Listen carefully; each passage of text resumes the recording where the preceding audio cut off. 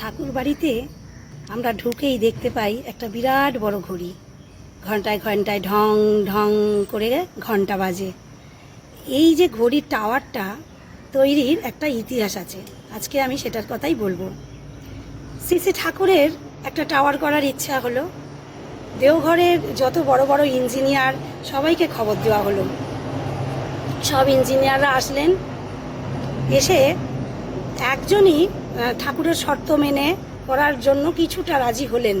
ঠাকুরের শর্ত ছিল যে টাওয়ার করব, কিন্তু একদিনে টাওয়ারটা ঢালাই করতে হবে। সমস্ত ইঞ্জিনিয়ারদের তো মাথায় হাত, ঠাকুর এটা কি করে সম্ভব হয়, এ তো বিজ্ঞানের বাইরে। 60 ফুট টাওয়ার, আর একটা ঢালাই আমরা মিনিমাম 10 ফুট একদিনে করা যায়, এর বেশি কিন্তু ঢালাই করা যায় না, তাহলে পড়ে যাবে ভেঙে। কিন্তু ঠাকুরের ওই যে শিশু সুলভ চিন্তাভাবনা, ঠাকুর বলছেন সবই আমার পরম পিতার দয়ায় সবই সম্ভব। তো ঠাকুর এই জন্য বলছেন যে হবে 60 ফুটই একদিনেই হবে, একদিনেই করতে হবে। তো সমস্ত ইঞ্জিনিয়াররা চলে গেলেন। এর মধ্যে একজন ইঞ্জিনিয়ার, যাকে ঠাকুর শ্রীজদা বলে ডাকেন, সেই শ্রীজদা কিছুটা হলেও রাজি হলেন। তারপর বললেন আমি একটু চিন্তা করে দেখি।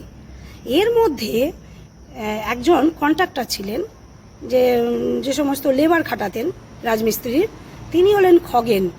সেই খগেনদা ঠাকুরের কাছে খুব আসতেন, আর এই যে টাওয়ার নির্মাণের জন্য যত সিমেন্ট বালি তিনি সেই অর্ঘ্যগুলো অনেক যাজন করে করে জোগাড় করেছিলেন এই টাওয়ার বানানোর জন্য।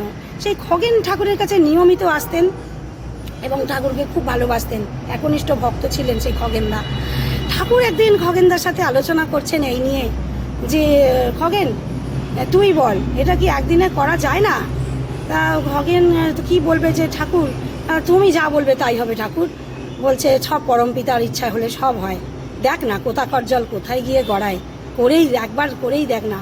তখন খগেনের তো খুব ভয় হচ্ছে, বলছে যেখানে বড় বড় ইঞ্জিনিয়ার বলছে যে 10 ফুটের বেশি ঢালাই একদিনে করা যায় না, আর 60 ফুট টাওয়ার কি করে একদিনে ঢালাই হবে ঠাকুর?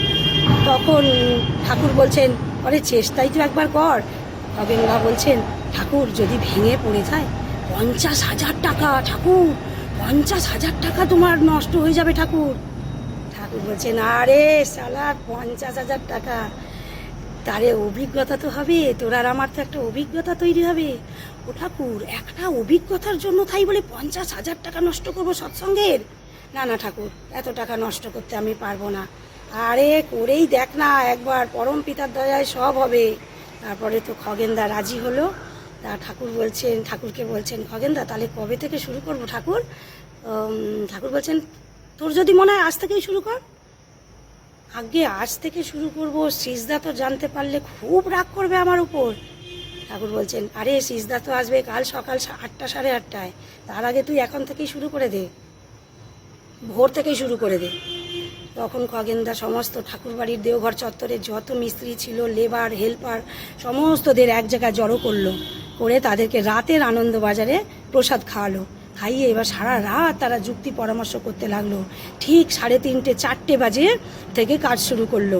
4টে থেকে কাজ শুরু করে যখন শ্রীজদা আসলেন তখন ওই 8টা 8:30 সকাল, তখন দেখলেন প্রায় 7 ফুট 8 ফুট মতো ঢালাই হয়ে গেছে।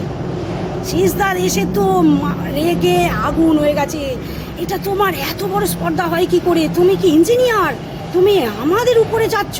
আমি এক্ষুনি ঠাকুরকে বলবো। ঠাকুরকে গিয়ে নালিশ করেছেন। আর এর আগে বলে রাখি, ঠাকুর কিন্তু খগেনদাকে বলেছিলেন যে ঠাকুর তো ওরকমই ছিলেন না, যে গৃহস্থকে বলতেন সাবধান হতে আর চোরকে বলতেন চুরি করতে।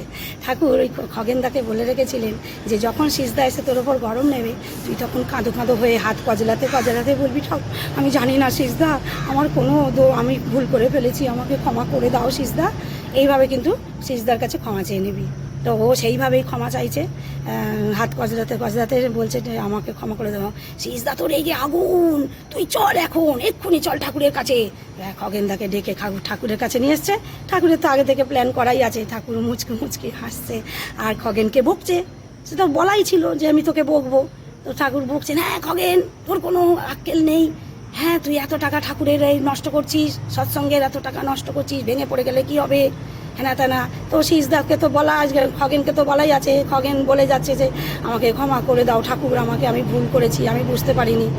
যাই হোক এই ব্যাপার। তারপরে সিজদা বললো সব পাগলের মধ্যে আমি নেই। ঠাকুর বলছেন, সিজদা কাজটা যখন শুরুই হয়ে গেছে আর মাথা গরম করে কি হবে, আপনি একটু লেগে পড়েন, যাতে যেভাবে শেষ করা যায় কাজটাকে তো শেষ করতে হবে।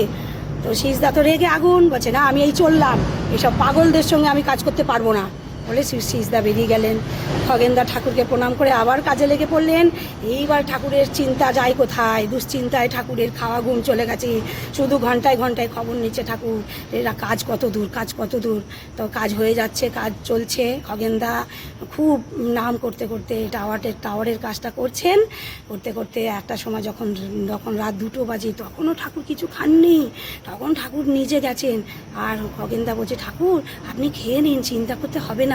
না চিন্তা তো হয় বল, চিন্তা তো হয়। তারপর ঠিক ভোর 4টের সময় কাজ শেষ হলো। ঠাকুর তখন ডেকে, খগেন গিয়ে যখন ঠাকুরকে নিবেদন করছেন, ঠাকুর বলছে, বলিস কি রে শালা, পড়ে যায়নি তো? খগেন বলছে, না ঠাকুর দাঁড়িয়ে তো আছে। দেখ পরম পিতার দয়া, দেখ আমি যে বললাম না কোথাকার জল কোথায় গিয়ে দাঁড়ায়, হলো তো আমার কথা। পরম পিতার দয়ায় সব হতে পারে রে, সব হতে পারে। এই আমাদের সেই টাওয়ার। আমরা আজও গেলে ঠাকুর বাড়িতে গিয়ে ঢুকতেই আমরা দেখতে পাই ডান দিকে কত বড় একটা 60 ফুট টাওয়ার দাঁড়িয়ে রয়েছে। এই আমাদের টাওয়ারের গল্প। আর আমার পরম পিতার লীলা, তিনি যে শিশু সুলভ মনে কখন কি লীলা করেছেন, মানে সেই যে লীলাগুলোর কথা চিন্তা করলে মন প্রাণ ভরে যায়।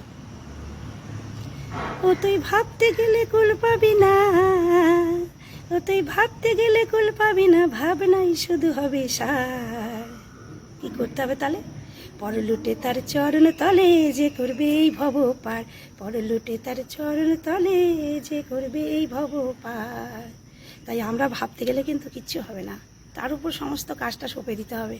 তিনি যদি ভালো মনে করেন নিশ্চয়ই ঠিক সেই সুন্দরভাবে সুসম্পন্ন করে দেবেন সেই কাজ।